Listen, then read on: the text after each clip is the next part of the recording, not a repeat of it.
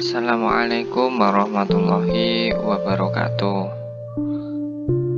Alhamdulillahirrabbilalamin, kita masih bisa dipertemukan meskipun lewat media daring, yaitu menggunakan video presentasi. Sebelumnya perkenalkan anak-anak, nama saya Abdul Kafid Maulana. Jadi di sini saya mengajar tentang praktikum akuntansi perusahaan jasa. Nah, untuk pertemuan pertama kita akan membahas tentang dokumen sumber dan dokumen pendukung pada perusahaan jasa. Nah, mungkin anak-anak sendiri sudah tidak asing tentang yang namanya dokumen. Namun masih bingung ketika kita bedakan dokumen sumber dan dokumen pendukung.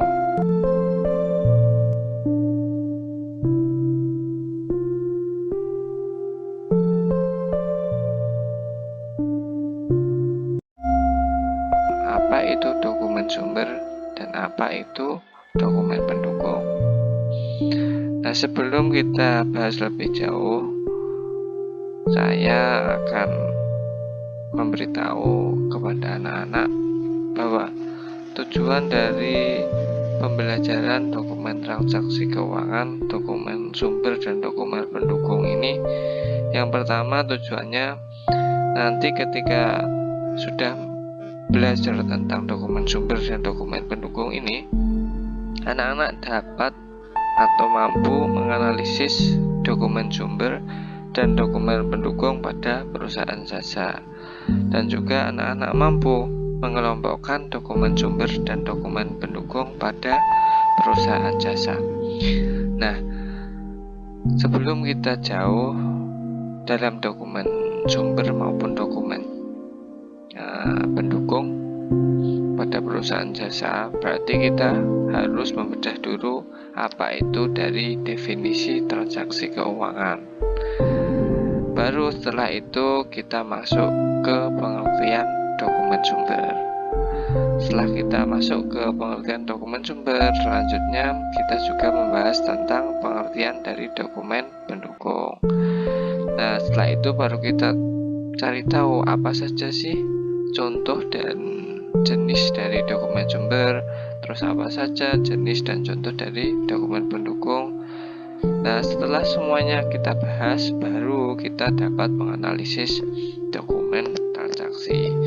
Nanti kalau kita sudah bahas semua, kita dapat menganalisis, membedakan dengan mudah dengan beberapa hal yang kita pelajari, seperti itu. Nah, selanjutnya langsung masuk kita ke definisi transaksi keuangan.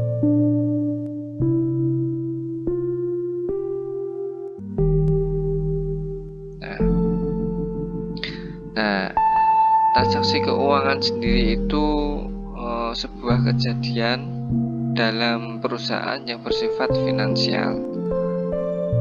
Jadi artinya kejadian-kejadian yang dicatat yang ada hubungannya dengan uang atau ada hubungannya dengan finansial itu termasuk dalam transaksi keuangan yang harus diproses mulai dari pencatatan transaksi yang mengakibatkan perubahan aktiva, kewajiban, dan ekuitas yang berhubungan dengan pihak luar.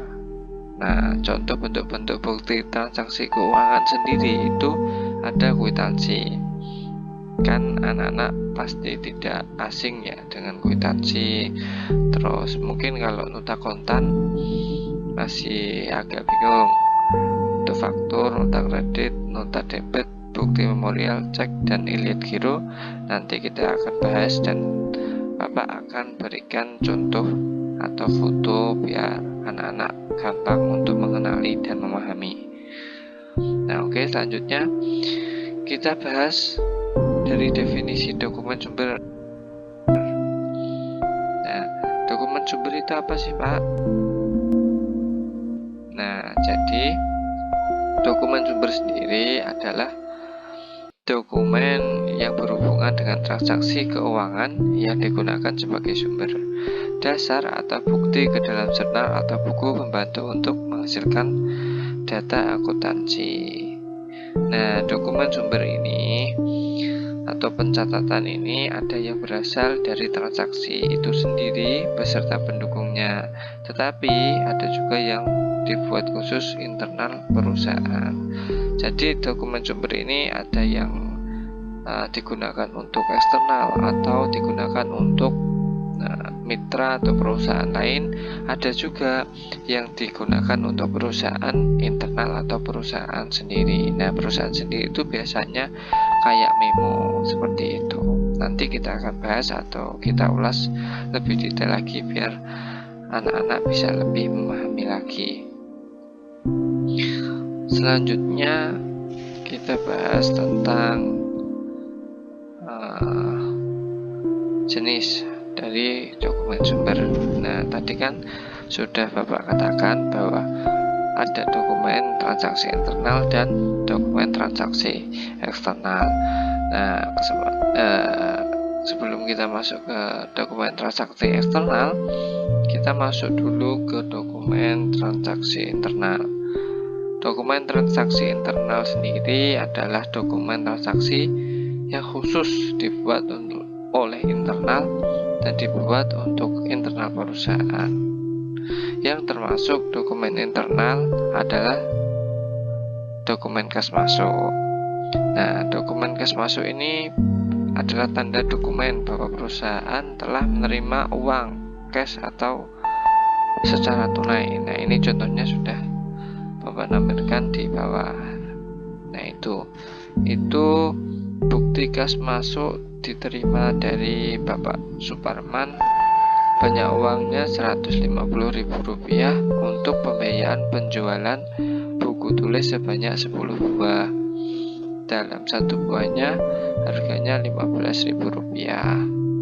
Nah, nanti jumlahnya ditaruh bawah. Nah, ini masuk dalam kategori bukti kas masuk. Terus yang kedua ada dokumen kas keluar. Nah, dokumen kas keluar ini sebagai bukti atau sebagai tanda bahwa perusahaan itu telah mengeluarkan uang tunai seperti pembelian dengan tunai atau pemberian gaji, pembayaran utang atau pengeluaran yang lainnya. Nah, ini ada contoh bukti kas keluar.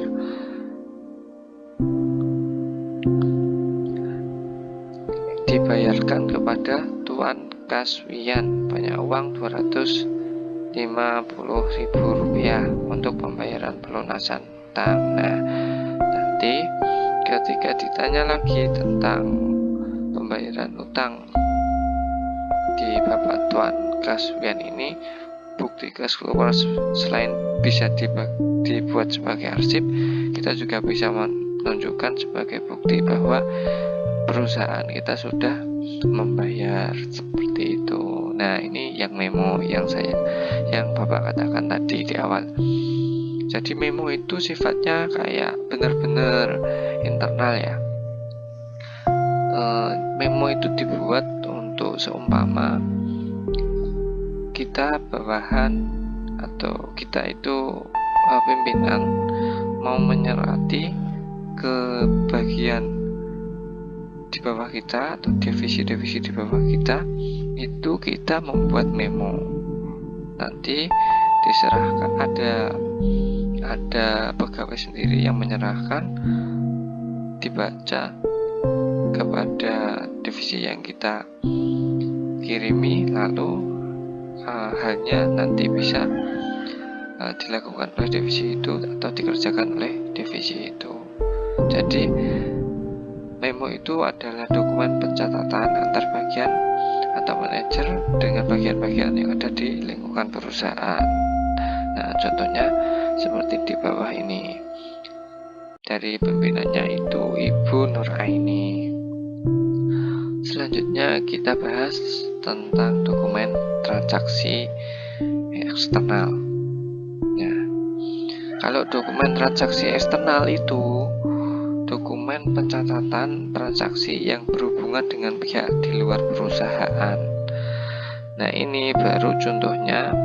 Nanti ada kwitansi, ada faktur, ada nota, ada kontan, ada nota debit, ada nota kredit, ada juga cek, seperti itu. Nah, gimana sih bentuk dari kwitansi, bentuk dari faktur, nota, dan lain sebagainya itu? Mari kita bahas. Nah, ini faktur. Faktur itu adalah dokumen yang telah terjadi, atau tanda dokumen yang telah terjadi pembelian atau penjualan secara kredit. Jadi faktur itu dibuat oleh penjual dan diberikan kepada pihak pembeli, seperti ini contohnya. Nah, ini contoh dari faktur. Terus selanjutnya ada yang namanya kwitansi. Nah, kwitansi Pak, kami yang sering tahu itu kwitansi karena bayar-bayar seragam sekolah, bayar buku atau yang lain sebagainya di toko, kita diberikan kwitansi. Nah, kalau kwitansi itu kayak gini ya. Terus apa arti atau definisi kwitansi sendiri? Nah, kwitansi adalah dokumen penerimaan sejumlah uang yang ditandatangani oleh penerima uang dan diserahkan kepada yang membayar sejumlah uang tersebut. Nah, kayak gini. Jadi kwitansi itu diberikan sebagai bukti kalau kita itu sudah membayar, terus harganya sekian, dan dibayar kapan, diterima kapan, seperti itu. Nah, selanjutnya kita bahas tentang nota. Nah, apa yang dimaksud dengan nota? Nah, nota adalah dokumen atas pembelian sejumlah barang secara tunai.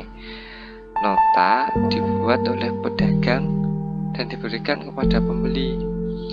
Biasanya nota itu dirangkap dua, satu lembar untuk pembeli dan lembaran kedua untuk penjual. Pernah lihat biasanya kertas kuning atau kertas biru itu dirangkap ya, atau biasanya bisa juga rangkap tiga, putih, biru, kuning. Nah, itu dirangkap tiga, tujuannya apa?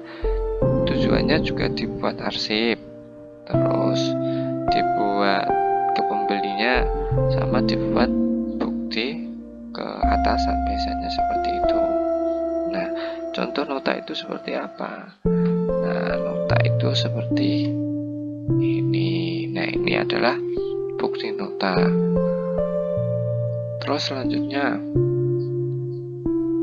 kita bahas tentang spesifikasi nota. Karena nota itu banyak sekali jenisnya ya. Kalau kwitansi, kalau faktur itu kan cuma itu. Terus kalau kita bahas nota, itu ada banyak jenisnya. Yang pertama ini ada nota debit. Nah, nota debit ini adalah dokumen perusahaan ya toh, yang telah mendebit parkiraan langganannya disebabkan karena berbagai hal.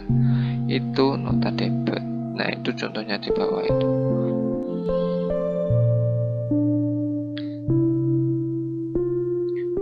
Yang kedua ada nota kredit. Nah, apa sih yang dimaksud dengan nota kredit, Pak? Kok ada aja nota ya nota? Ini yang perlu diluruskan. Apa yang dimaksud dengan nota kredit? Nah, nota kredit adalah dokumen bahwa perusahaan telah mengkredit parkiran langganannya yang disebabkan oleh berbagai hal. Nota kredit dikirim oleh perusahaan kepada langganannya sehubungan barang yang dijual tidak cocok atau rusak. Untuk itu penjual setuju menerima barangnya, seperti itu. Nah, itu contohnya nota kredit. Terus ada lagi yang namanya cek. Nah, cek ini juga sering ya kita dengar kayak di film-film itu cek. Tapi sebenarnya cek sendiri ini adalah surat. Ya, biasanya kalau kita tahu kan cek itu, yuk kita taunya ditulis uang terus kita bisa mencairkan di bank. Kalau di film-film kan seperti itu ya. Nah, kita bahas bahwasanya cek itu tidak bisa kita artikan sesempit itu. Bahwasanya cek itu bisa kita artikan secara luas. Nah, cek sendiri adalah surat perintah yang dibuat oleh pihak yang mempunyai rekening di bank agar bank membayar sejumlah uang kepada pihak yang namanya tercantum dalam cek tersebut. Nah, pihak-pihak yang berhubungan dalam pengeluaran cek tersebut itu ada pihak penarik. Nah, pihak penarik itu pihak yang mengeluarkan dan mendatangani cek tersebut. Terus, pihak penerima itu pihak yang menerima pembayaran cek tersebut. Nah, contohnya seperti di bawah ini. Oke, sudah paham kan anak-anak? Jadi kita sudah bisa mengetahui cek itu seperti apa. Terus nota itu kok ada nota biasa, ada nota debit, ada nota kredit. Nah, ternyata seperti itu. Selanjutnya kita bahas tentang dokumen pendukung pencatatan. Tadi kita kan sudah selesai bahas tentang dokumen sumbernya. Nah, kita sekarang bahas tentang dokumen pendukungnya. Dokumen pendukung pencatatan ini apa sih, Pak? Dokumen pendukung pencatatan ini merupakan dokumen yang dikeluarkan untuk memperkuat atau merinci keterangan yang terdapat dalam dokumen induk, terutama faktur atau biasa disebut invoice, seperti itu. Jadi yang banyak membutuhkan dokumen pendukung ini ya faktur tadi, yang di atas tadi yang sudah saya jelaskan tadi. Nah, faktur itu banyak sekali membutuhkan apa itu dokumen pendukung. Nah, dokumen pendukung juga banyak sekali jenisnya. Ya, yang pertama ada jenisnya dokumen pendukung untuk daftar pengepakan. Nah, dokumen untuk daftar pengepakan atau packing list ini dibuat oleh eksportir yang menerangkan uraian dari barang-barang yang dipak atau dibungkus atau diikat dalam peti dan sebagainya, dan biasanya diperlukan oleh bea cukai untuk memudahkan pemeriksaan. Nah, ini kalau di JNT, JNE, di pos atau yang lain sebagainya ini sangat perlu yang namanya daftar pengepakan atau packing list, seperti itu. Nah, yang kedua ada juga surat keterangan asal, atau Certificate of Origin.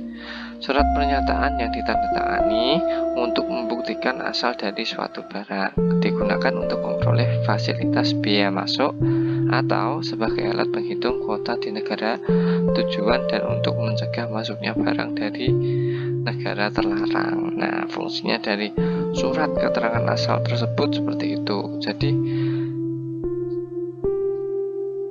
surat keterangan asal ini juga bisa menjadi sebuah alat pengaman ya, agar tidak terjadi kecurian ya, istilahnya kecurian, kemasukan barang yang tidak kayak hal-hal yang negatif itu bisa kita cegah dengan adanya surat keterangan asal. Dan nanti kita juga bisa tahu, oh asalnya barang ini dari sini, asalnya barang ini dari sini. Nah, itu memerlukan surat keterangan asal ya. Terus selanjutnya ada surat keterangan pemeriksaan atau Certificate of Inspection. Nah, keterangan tentang keadaan barang dimuat oleh independen, ya toh. Terus dibuat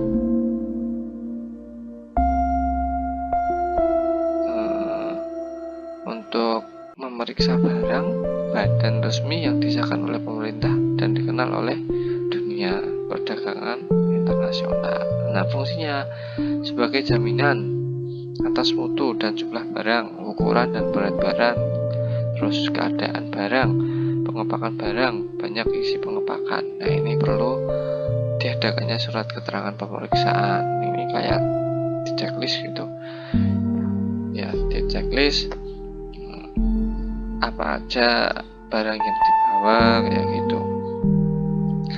Terus beratnya seberapa, terus keadaan barangnya itu sampai sini kayak gimana. Nah, itu diperlukan surat keterangan pemeriksaan ini. Nah, laporannya ini yang dibuat atas pemeriksaan kualitatif dan analitis didasarkan pada pemeriksaan sampling 2% dari berat yang sebenarnya dan merupakan dokumen yang disyaratkan. Nah, ini disyaratkan artinya berarti banyak dibutuhkannya ya, meskipun dokumen pendukung. Selanjutnya ada juga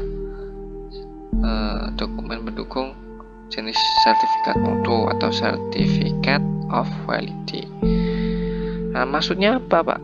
Nah, dokumen ini lazimnya itu dibuat oleh produsen atau pabrik membuat barang.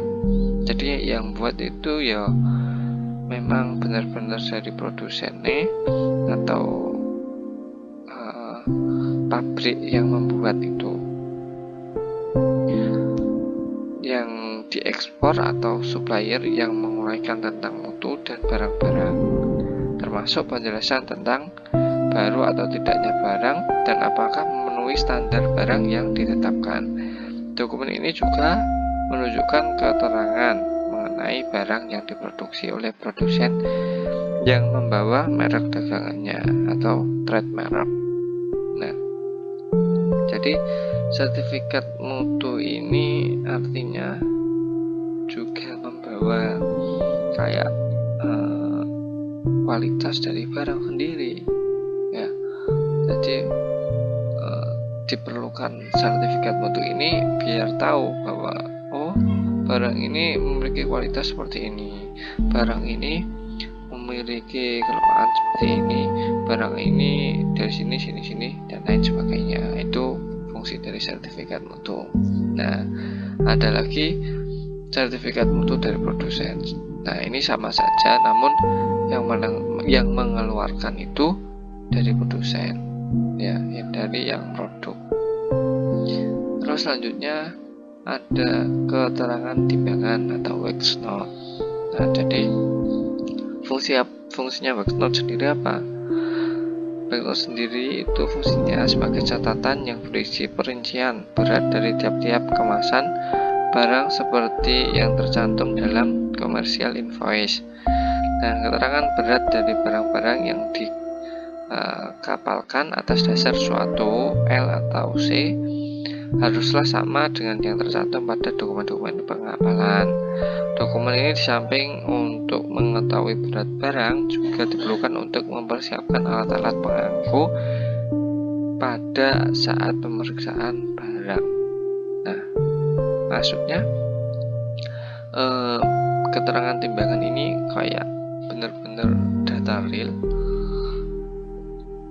sebuah catatan atau sebuah dokumen yang real yang digunakan pada saat kayak mau diangkut di kapal atau keluar dari kapal. Jadi keterangan timbangan ini benar-benar dibutuhkan biar tahu berat dari barang yang dibawa itu.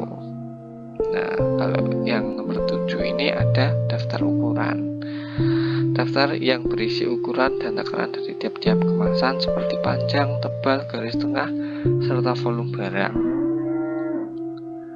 Nah, ini juga dibutuhkan untuk volume pengepakannya. Setiap barang tersebut diperlukan untuk menghitung biaya angkut atau untuk keperluan persiapan barang. Nah, ini fungsinya dari daftar ukuran barang.